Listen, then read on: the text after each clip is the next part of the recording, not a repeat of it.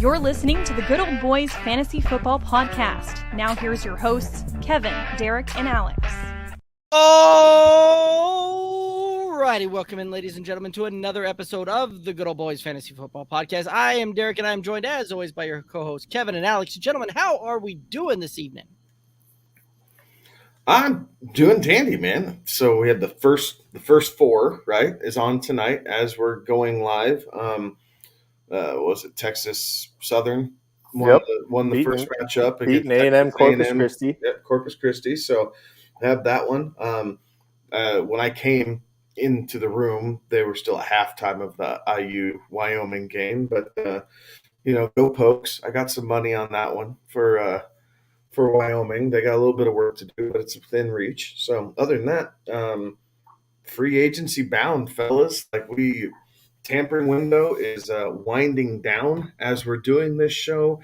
By the time it gets out to all of you tomorrow, a lot of these contracts and / trades that we've been hearing about over the course of the last 7 to 10 days will be official, and start to see what the bulk of these NFL rosters are going to be like until we get a little bit closer to draft season, and then they can start addressing other needs that way. Yeah.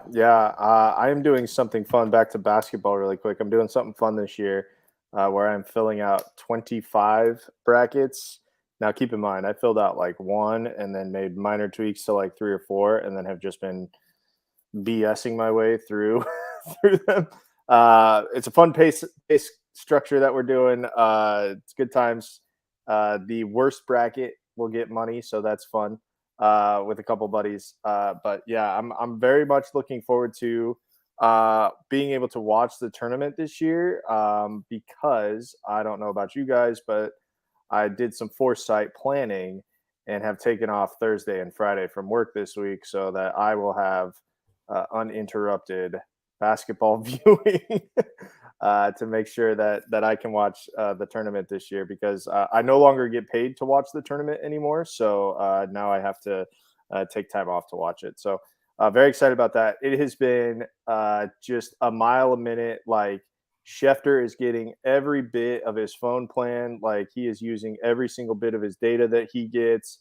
I've been glued to his account, to some of the other insider accounts. I have to agree. I think it was one of the guys on Good Morning Football. He made a point that the eyes emoji that we all see is like the most annoying emoji when it comes to like this time of year because like it adds nothing, right? It brings nothing to the table. And we're just like, oh, look, like we're already looking. We're on Twitter. We're already looking. We don't need the eyes emoji to tell us what to look at anymore. So if we could put a ban on the eyes emoji during NFL free agency, that would be awesome. I will argue that the one that was worth two. There were two that were worth the eye. One being Aaron Rodgers' contract. Yeah. And two being Christian Kirk's contract with the Jacksonville Jaguars. Like, holy smokes. So Kirk Cousins' contract, too, was also an eye-opener one for me. There's no one smarter when you're talking about negotiating yes, absolutely. Than Kirk Cousins has been for really his entire take. Yeah, he has been able to fleece every team that he has played on. Feasting or not, he's a good NFL quarterback. He's not great, he's not elite, but he is good. And that's why the Vikings have been good, not great, not elite, because that's exactly what their quarterback is. They have flashes of greatness, and then they have moments where you're shaking your head going, why did you even put your pads on today? They mentality of their quarterback. Yeah, you're not kidding. Yeah, there's a ton of news going on with the free agency there, right? Like you guys mentioned, a lot of it. Some of them have some huge fantasy implications. Some of them don't. We're gonna just kind of focus on some of the ones that tend to have a little bit more of the fantasy implications, such as not even free agency news, but on retirement news. Tom Brady coming back there as well. So the Buccaneers are no longer in a quarterback market this offseason, which, the timing definitely makes sense, and a good thing that he did it before the start of free agency there and before the legal tampering window goes. Russell Gage going to Tampa Bay there as well. Mitchell Trubisky is signing with the Steelers. Looks like the Steelers may have their quarterback there. You've also got guys like DJ Chark signing with the Lions, James Conner going back to the Cardinals. You also went out and saw some backups go and sign some deals there as well. But guys, what other thoughts do you guys have around some of these NFL free agents and some of these signings? A couple of these I really liked. I liked the James Conner deal going back to Arizona, where he had a really, really good season last year, kind of a resurgence, right? He was able to stay healthy. The 18 touchdowns definitely helped put him high on the fantasy radar. But now he's kind of the only dog in town. So when I'm looking at that, at least initial thoughts are, I think James Conner has placed himself into that borderline RB1 discussion. If he's going to get similar or slightly more usage than what he did last year in Arizona. Yes, we expect some touchdown regression, but if he's able to make up for that with maybe some extra receptions, some extra yards along the way. So if he loses, 4 or 5 touchdowns, I don't know that the regression's actually that far in totality. So that's an interesting one. The DJ Chark deal with the Lions, I think, is pretty interesting. Kind of gives him that second chance that he's needed after an injury-plagued season in Jacksonville.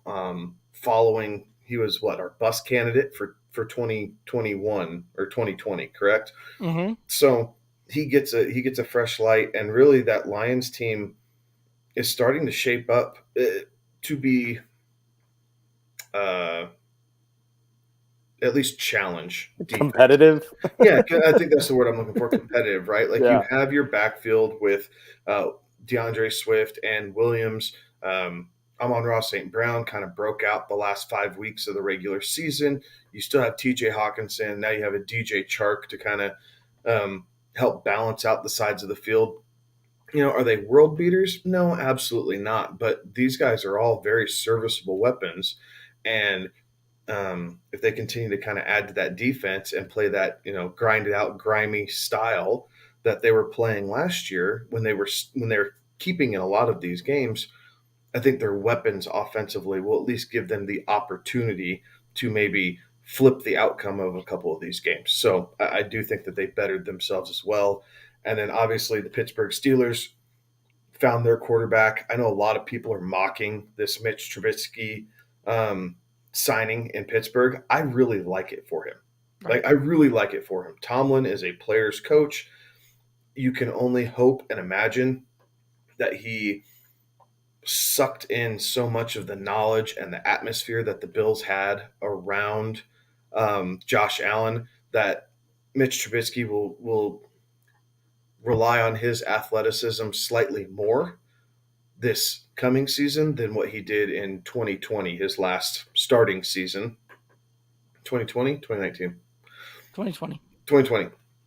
And so maybe he'll use his legs a little bit more. And quite frankly, at least he has some weapons around him. He has Najee Harris, an offensive line that they're working on. He has Deontay Johnson, Pat Freiermuth. We'll see as far as what else they're able to do. Chase Claypool's still there. So there's some decent weapons there in Pittsburgh as well. And it's a really friendly deal for the Steelers to give Trubisky a, hey, try this out. Let's see if it works. Yeah, we'll extend you and you can be our guy. If it doesn't, no harm, no foul. You're just not cut out for this league. Right. And you saw the Steelers, have a non-losing season a few years back with the likes of Duck Hodges and Mason Rudolph playing quarterback for them. That team, in order for them to win games, isn't built on the quarterback there because, even last year where they managed to squeak into the playoffs, all of that, not have a losing record, that was with the ghost of Ben Roethlisberger back there. So I'm right there with you, Kevin. I really like it. It's one of those two that, because if you don't make a Mitch Trubisky signing, which he is a serviceable quarterback in the NFL. He's not an elite quarterback, which that's what fans are always hoping that your team goes out and acquires for you, is an elite level type of quarterback at the position if you don't have one in the offseason. But it allows them to do some very, very smart things coming up in the draft, where it allows them to focus some of those early picks on some holes that they have in other places, primarily in that offensive line. And this is a draft that has a lot of really good offensive linemen and non-skill position type of players in it that they can really go out and build on. So I like that move a lot. Same thing too with the Lions. I think you're right. I think you're right on there, where they're really doing something neat there from the standpoint too, that they have 3 draft picks in the top 34 picks this year. When it's all said and done, 2 first rounders, and they've got the second rounder. So they can go out and do some very good thing and bring in some really good skill, real young, and that'll be on contract friendly deals, and hopefully allow them to keep building something towards the future. I really think that they've got something kind of going as far as that locker room and culture is getting turned around there. Yeah, and obviously the big one was Tom Brady coming back. I think that I don't know that we all bought it. I mean, we had to take it for face value, right? None of us personally know Tom Brady, unless you guys are holding out on me, and then we need to have a discussion off air. But none of us personally know Tom Brady, so it was odd, the timing, right? Because normally when these things happen, right, like, it takes them a while. They get, they take a step back from the game for like a month, or, they don't really let things be as raw as they were for, as it was for Tom Brady. Like even a guy who's pushing, 45, you would expect it to take a month or 2 months before this decision gets made, and this was, that came out the week before the Super Bowl, right? Like that whole retirement thing kind of came out conference championship weekend. It was 2 weeks before the Super Bowl. It was like 43 days from the time that he said he retired to the time he said, I still love my team and I still want to play. But what I do know is somebody made the joke, and I don't remember who it was. So insert a credit here. But the baseball lockout lasted longer than Tom Brady's retirement. That's fair. That's very well put. That's a great observation there. But what I think, look, he didn't sound convincing in any of the interviews that he did afterwards. He was on the Jay Gray, I can't remember who it is, Jim Gray podcast, and didn't rule anything out there. And then there was that video of him and Ronaldo. You guys saw that, I'm sure, where Ronaldo was like, "You're done," and he's like, maybe not. And then what do we see 2 days later? Tom's back. So, really what it does is it makes the Hall of Fame class a little easier to navigate now, right? Because the Hall of Fame class for 5 years from now won't have to include Tom Brady since he's back. But it's not a surprise to me that he came back. The guy was one of the best quarterbacks last year. He was in the MVP conversation last year. And so I'm not surprised that he came back. I think looking back at it, I'm a little more surprised that he retired. But if he starts to pull this Brett Favre shit, then I'm all out on Tom Brady. Like, let's make a decision. Let's stay with it. Let's not play the I'm retired. No, I'm not retired. I'm retired. I'm going to go to another team. I'm retired, not retired. Until Tom Brady goes to the Jets and plays a couple seasons like Favre did for the Vikings, and then coincidentally the Jets also. I think you're okay. I don't see him playing that out too much. Honestly, I thought he lost. I thought he won a bet with Giselle, right?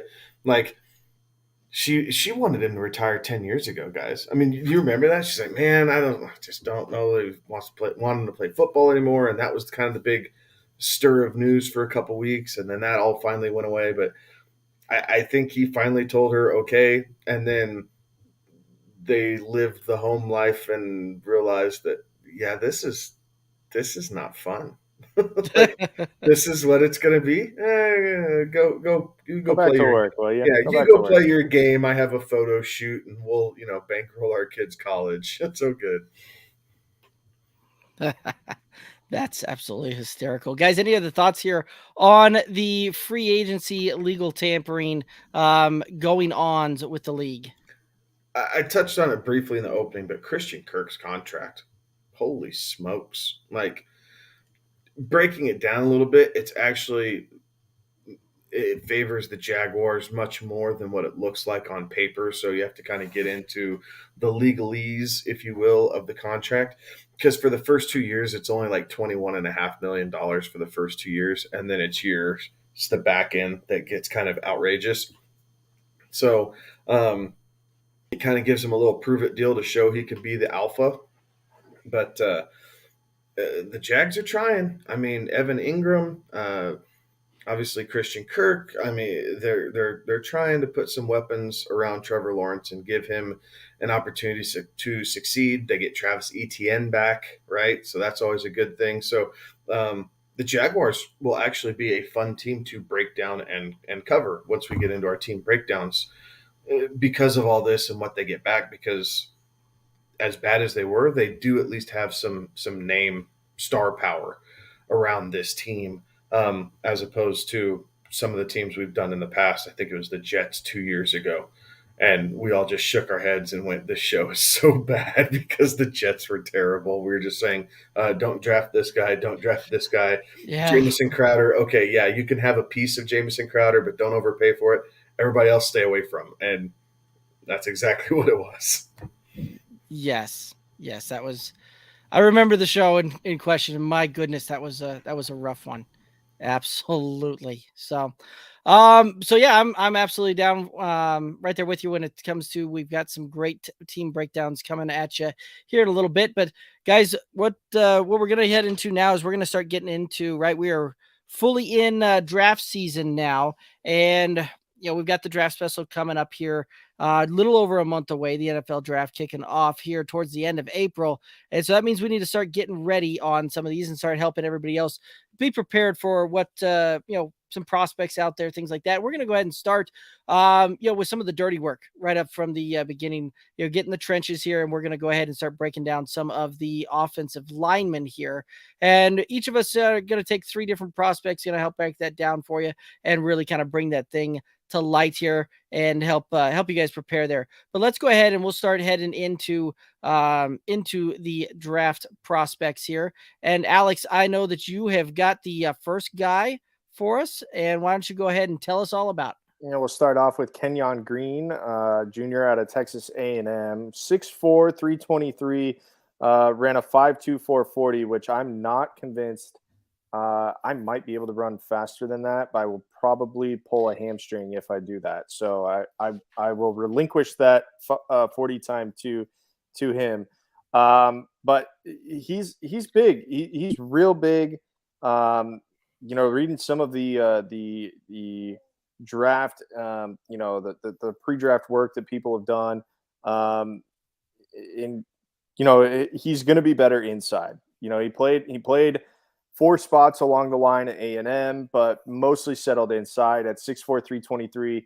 You're looking at a guard right there. So interior O lineman, probably should go early on, depending on what some of these teams who with picking up early, what they need. He may get skipped over, may not go, in that top 10 area, but has a top 10 grade for what it's worth.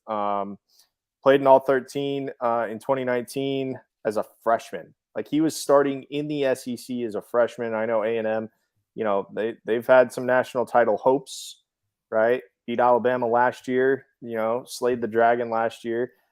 So he played on a good team, played in a big time program. Let me get back to my notes here.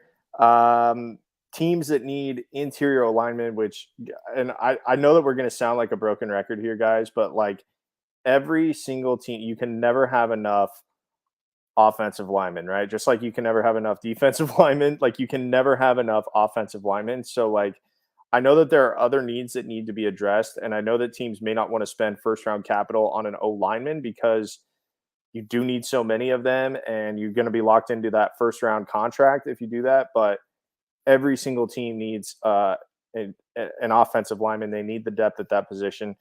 Whatever team gets him, keep him inside, and he should be not turnkey ready, but pretty darn close.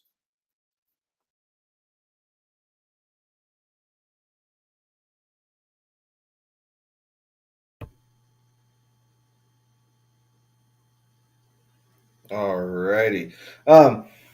So the guy I'm breaking down, I went Homer on my first one, and then I stayed away from the homers after that. I'm sorry, but I had to go Homer here. So Jamari Saylor is the guy I'm covering. He played tackle at Georgia. He's going to move inside as well for the NFL. He finished second at the combine as far as bench press goes. I know a lot of people make fun of that stat, but what it does is it's his, it's his throw power or his push power, right? He's a grader. As far as the running game goes, he's a guy that is dominant in the run. Georgia is very well known for that, and he really was kind of the catalyst on that offensive line for the national championship Georgia Bulldogs. His 40 time, about expected as a guard, 5.6. Again, another guy that Alex might beat if he's willing to blow out a hamstring and recover from that in the process. But overall, traditional offensive line spec, right? He's 6'4", 320 pounds, and he's explosive in small bursts. So you go to, again, teams who are needing offensive line help. Your Giants, your Jaguars, your Pittsburgh Steelers. I think Jamari is going to be a day 2 guy. I do not see him going in the first round, but I do see him going in the top of the second round. So then you're looking back in, possibly Jacksonville, if that's something that they want to do at the top of the second round. If not, you're sliding back a little bit because I feel like the Lions are set there. So it could be something that the Jets are looking to continue to buff up their offensive line. We know how Robert Saleh wants to run the football. So a couple different options. This draft is super deep on guard. It's not as deep on tackle as we've seen in the past, but there are a lot of interior linemen in this draft class. So it should, doing your homework as a team across the board should be able to dramatically help your run game more so than protecting your quarterback's blind spot.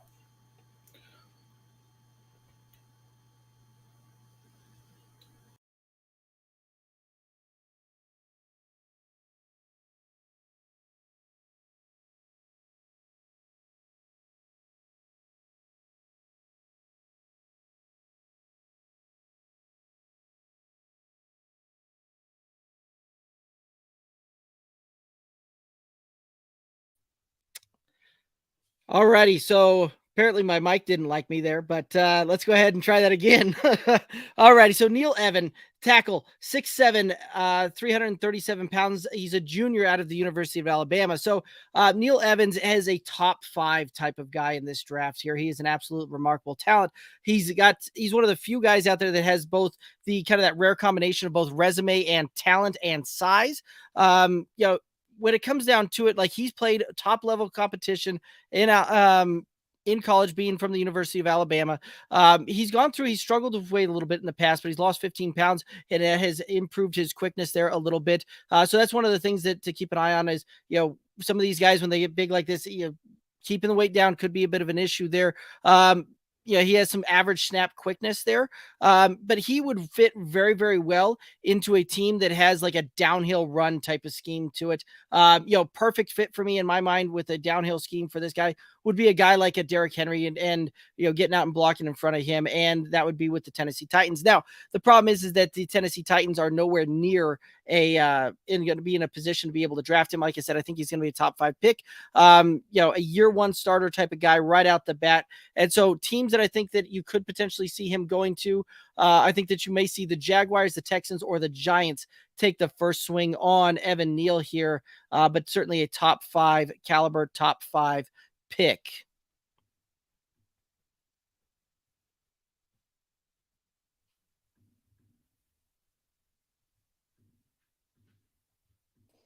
All right, Tyler Linderbaum out of the University of Iowa. He is a center. He's a true center, measuring in at 6'2", 296, which is different than what I've got. So I've got him at 6'3", 290. Either way, same deal. Just turned 21. He is the highest graded center in the Pro Football Focus college era. The highest graded center prospect that Pro Football Focus college has graded. He was the highest graded center in 2020 and went even better in 2021, a 95.4 grade for him. So the good thing that he's got going for him is he played at the University of Iowa, which I think, guys, we all know, if you're looking for an offensive lineman, the places that you're going to check, those upper Midwest schools, right? You got your Ohio States, your Michigans, your Wisconsins, your Iowas. So it's a Big Ten center and played in big time environments. Again, true center. So the team that sticks out the most to me, and because he's a center, and because he's likely going to stay in the middle of that line, and it could take him a while, but I think he could play right away. But I'm not sure that they'll be able to pick him because of how late in the draft that they are going. But Cincinnati could be a good fit for him. We all saw how much help Cincinnati needed on that O line. Even without having that line, they still made it to the Super Bowl. Any help that they can get would be good. Unfortunately, I think he grades out a little too high, but Cincinnati might get lucky because other teams' needs may pass him by the time he gets down there to the end of that. By the time they get to that first round, the end of the first round. So Tyler Linderbaum, I say Cincinnati, but who knows? They do pick super late. Akeem Ekuanu, I believe I'm saying that right. He didn't go to Georgia, silly. He went to NC State.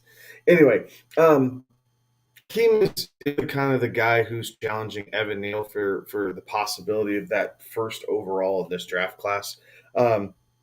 Started, I guess he started playing tackle as a freshman for NC State and led them his entire career in that position. He is an excellent run blocker for a tackle, and he is explosive enough to get off the line and into position in pass pro as well. 6'4", 320 pounds, ran a 4.93 40.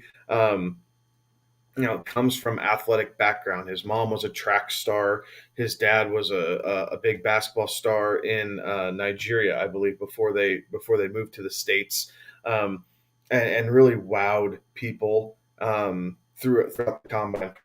So his stock is definitely on the way up. ACC not necessarily known for their offensive line play, as Alex was alluding to just a moment ago, but I could see him going 3 to the Texans, if that's where kind of things fall. But I do think that you're looking at a top 5 pick here as far as NFL draft day comes. So he's not going to be around too terribly long, but he's one of the top 2 or 3 tackles in this draft class. So any team to protect their quarterback's blind spot, you got to go get him. So it fits for Jacksonville, like I said earlier, trying to protect Trevor Lawrence if they decide to go a different direction than Evan Neal, and then the Texans, who are just kind of an all-around dumpster fire and rebuilding from the ground up. So might as well start in the trenches. Traditionally, that works better than any other philosophy when building within the draft. Alrighty, and that's going to lead us over to Bernard Raymond, tackle, 6'6", 303 pounds. He was a senior coming out of Central Michigan here. So Bernard Raymond's kind of an interesting deal, right? When you look at it, most guys, when they get to the collegiate level, they start out as offensive linemen. Maybe they make a transition from a tight end spot into the line type of thing. Bernard Raymond actually started out as a wide receiver and converted over into the offensive line here. So that being the case, he's got great quickness. Again, 6'6", 303 pounds, like a very athletic build there.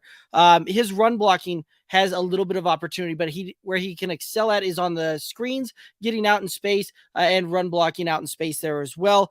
He would be a great fit in a like a Kyle Shanahan type of system, type of scheme there. Again,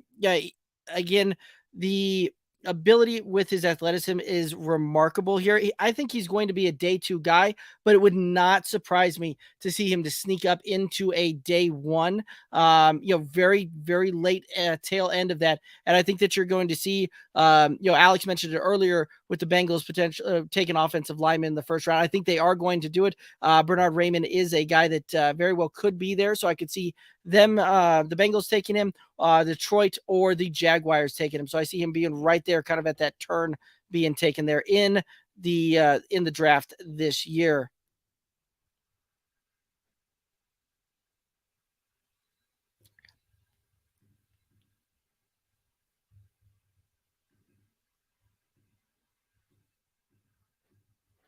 All right, we'll get to my final guy. It is Daniel Fa'alele from the University of Minnesota. Plays at tackle. Got him at 6'9", 387, 6'8", 384. Pretty dang close there for Fa'alele. Here's the issue with him. He hasn't played a ton of football. He's from Australia. He grew up playing basketball and rugby. Not hard to see when you're 6'8", 6'9", and over 300 pounds. He is very raw with his talent level. Graded as a second round guy, late second round guy.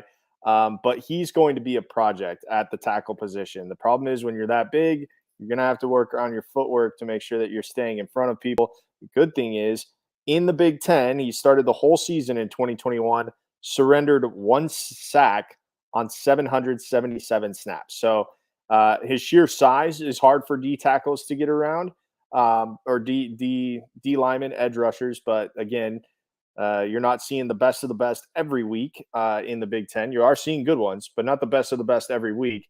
And you're going to see, pretty much the best of the best in the NFL. So he is going to be a project. So whatever team gets him needs to be patient with him because he does have the size, but he may not have the footwork and is still so young in his football playing career that it's going to take him a little bit to get caught up in the classroom aspect of it too. But he is a project that I think is worth taking on.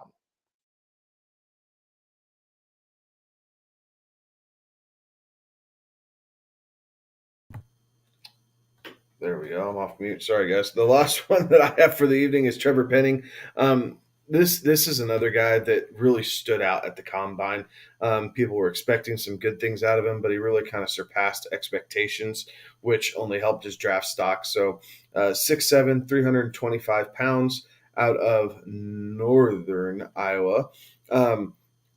Gave up 1 sack this year on 654 plays over 13 games. So again, a guy who's going to translate well. He's more of a right tackle than a left tackle in my opinion, but nevertheless, definitely a solid cornerstone for your offensive line. His explosion numbers, if you will, are there. He ran a 4.89 40. His vertical jump was 28 inches, which is just above average for his offensive lineman, but his broad jump was 111 inches. So, that it's the explosion, right? It's the explosion off the line, especially for run plays, being able to get up into guys. He can change direction fairly well for a guy his size. I do think that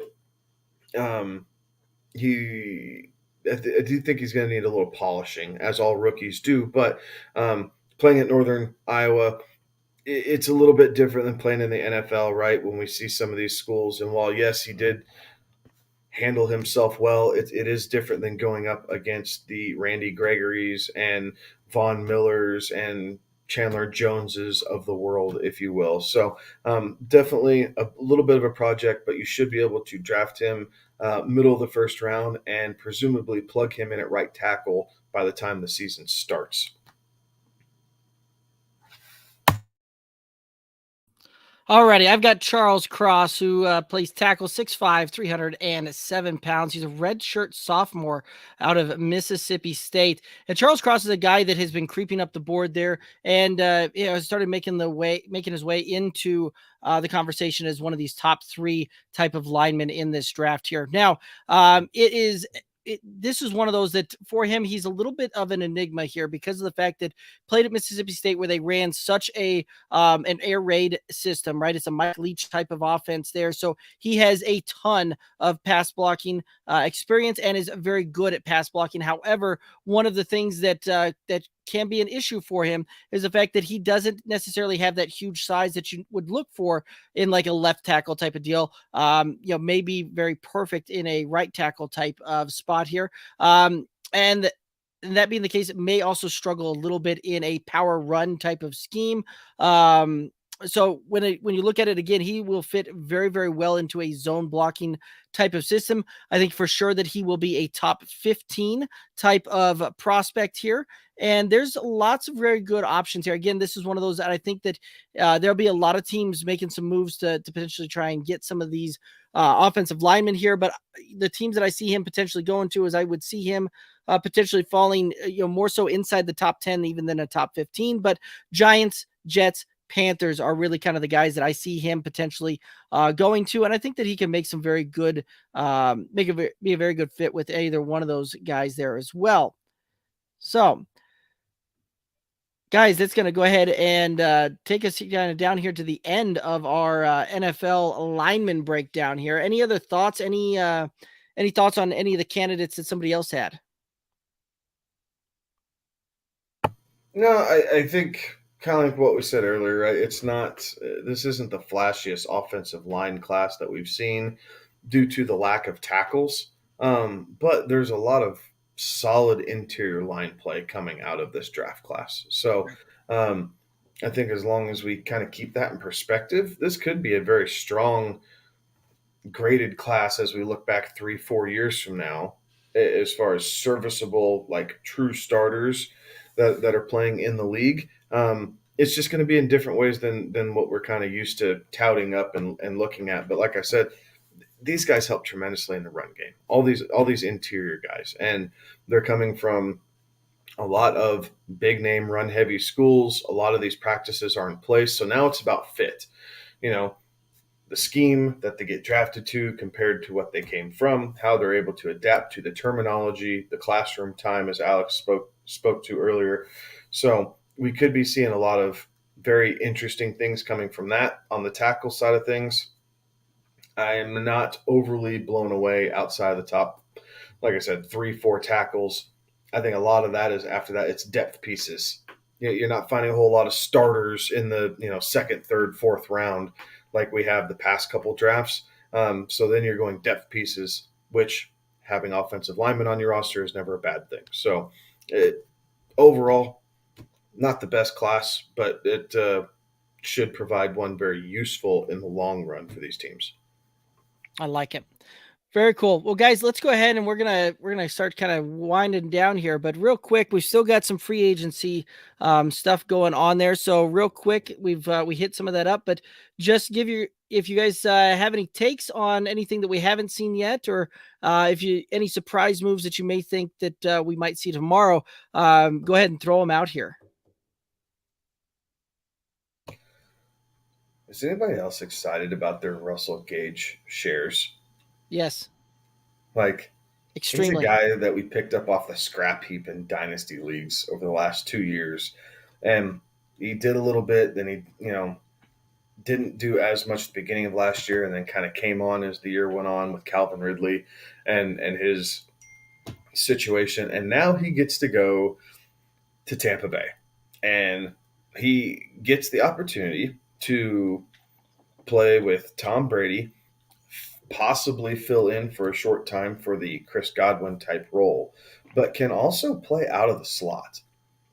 And Tom Brady loves him some slot wide receivers, right?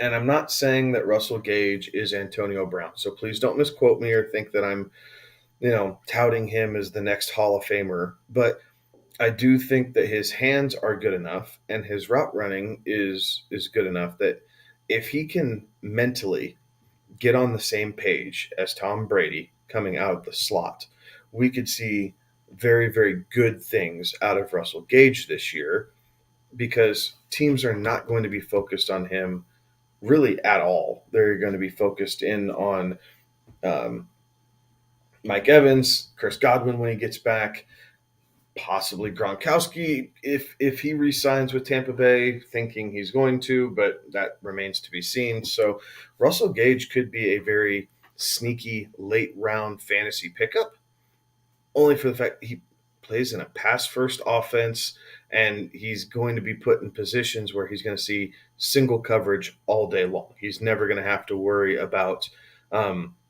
getting doubled up or bracketed. So you'll see him, depending on the formation and what they do, a lot of safety coverage against Russell Gage. And he is good at getting behind defenses, as we saw in Atlanta. So he's definitely on my my little list of players that I put stars next to for guys I'm looking out for. I'm looking out for Russell Gage. I'm trying to figure out where he's going, where I could possibly get him, what I might need to do to jump the line a little bit to make sure he's on my roster as a wide receiver depth piece heading into this season. I like it. Alex, any other thoughts? Yeah, I mean, the one that kind of caught my eye was J.D. McKissic going to Buffalo. Guys, I know you've heard me say it, and if you've played football or you've talked football or for anything, there's the mindset of if you have, two at one position, that means you don't have one at one position, right? We've all heard that saying with, they've got two quarterbacks, they've got a quarterback competition. You've heard a coach say, we really like both guys. Well, if you've got two quarterbacks, it means you don't have a quarterback. You got two quarterbacks, and trying to figure that out. I think that's kind of the issue in Buffalo with the running back position. They had two running backs, neither of which were very good. They were interchangeable pieces that, they fed off of each other, right? And for fantasy purposes, man, was it annoying to figure out which one was going to have the week. But now they've got three running backs there, so it'll be interesting to see kind of how they, work that around. I think Buffalo still has some pieces that they need to figure out, some things that they gotta,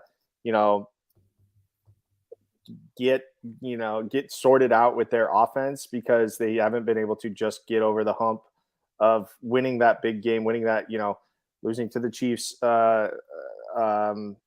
in back-to-back seasons, really. So that's going to be the big one for me that I thought that one kind of caught my eye. And then, of course, the Randy Gregory saying, I'm going to sign with the Cowboys and then I'm going to sign with the Broncos just like 5 minutes later. Did anybody else see the reason behind that? Like that was insane with the fact that he was going to sign and didn't like the language in the contract and was like, nope, I'm out, and signed with Denver. It was absolutely just crazy on that one. Yeah. So for those of you who don't know what Derek's talking about, is the Cowboys really holistically, and Dak Prescott is one of the exceptions, is if a player is arrested or in legal trouble regarding a lot of different things, but the Gregory language was specific around drugs or marijuana, which we know he's had a history with that in the past, that they forfeit their pay. And so that's the language they got hung up. So when the Broncos were able to match the contract and for their own reasoning decide not to include that language, Gregory bowed out of Dallas, and now he's going to the Mile High City. And I just hope it pans out, because it's a pretty healthy contract that we're giving the guy. He's a hell of a talent. But I do hope that he's able to kind of keep his nose clean and fulfill the latitudes of that contract, because there's a hell of a lot of guaranteed money in that thing. Yeah. The Cowboys take it even a step further than just like suspension or things like that. They go, if you get fined at all on that, it voids the guarantees in the it can avoid the guarantees in the contract, and that was one of the things that he really wasn't a fan of. So skipped town on that one and signed with Denver. So pretty interesting turn of events there, which we said that that they were needing some help on that side of the ball, and Randy Gregory certainly has the talent to help them out there. So I'm not gonna lie, I'm a pretty big fan of that one. So yeah, as a Broncos fan, they're addressing it, right. Like, they got their quarterback, they got the edge rusher that they needed. There's rumors of Bobby Wagner possibly coming to Denver, which I would be totally okay with. And then there's also rumors of the Cowboys poking around at Lyle Collins if he gets released from the Cowboys.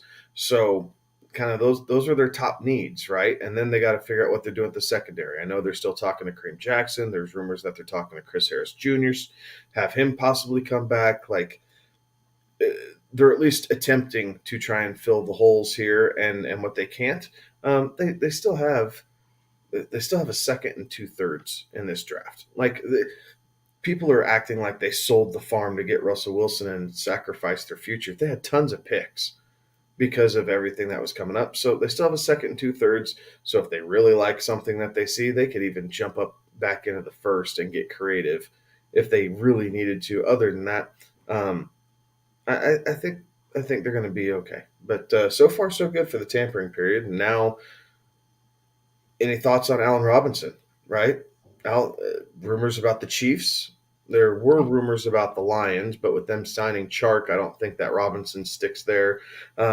There's rumors about the Browns, depending on what they're doing there. Obviously, the Deshaun Watson circle and circus, if you will, is floating around. And hopefully by this time next week, we can kind of talk about that, because Watson could set off a very large chain effect of more quarterbacks moving teams than we ever really thought of as we entered this offseason. Right. And you saw Baker through social media post a post that was seemingly a goodbye to Cleveland type of post. So very well could be some things brewing in the quarterback room there in Cleveland. And so it'll be interesting to see how that one plays out there as well. But no, as far as Allen Robinson goes, I really just don't know on that one. That's one of those that I'm not sure where they're going to go. It's one of the other things that I saw that from a wide receivers perspective, right? Like Juju is, there's a lot of teams out there that, seemingly being saying that they are not very interested in what Juju can bring to the table with the price tag that Juju is going to demand on that one there as well. So that'll be an interesting one to see how that one plays out there as well. Cool. Well, guys, any final thoughts for the listeners and the viewers? Stay tuned and have fun. This is the fun part with minimal consequences, right? Like, unless you're in a dynasty league and you're constantly, adding and dropping, and you have short benches where you're able to do some of this stuff. That's kind of the one exception where you're actually actively messing around with fantasy football. Now you get to kind of see the team makeups and then translate that into fantasy football further down the road. So this is a really fun time of year. And quite frankly, it's probably, now through April or through the end of the draft is just as much fun for me as, actual fantasy football draft season is. So I'm all about this. This is a kick in the pants. Love it. Alex, any final thoughts for the listeners and viewers? This is it's a good time of year. Kevin has reactivated the home league, so let the polls and the other things, as we try to figure out some rule changes for next year, begin. Yep. And what I'm interested to see is how some of the trades take place during this offseason, because I have a feeling we'll see more trades happen this year than we've seen in years past. So I like it. But guys, I think that's going to go ahead and do it for us. Do us a big favor. Hop on the socials, Twitter, Instagram, Facebook, TikTok, at Good Old Boys FF. Give us a follow. We got great content across all of those things for you. The website, goodoldboysff.com. We'll be breaking down and posting lots of draft draft funness coming out there as well here shortly. But the biggest favor that you can do us is to head over to youtube.com. Click on the Good Old Boys Fantasy Football Podcast YouTube channel. Click the subscribe button, ring the bell. For Kevin and Alex, I'm Derek. Have a good one. Be safe.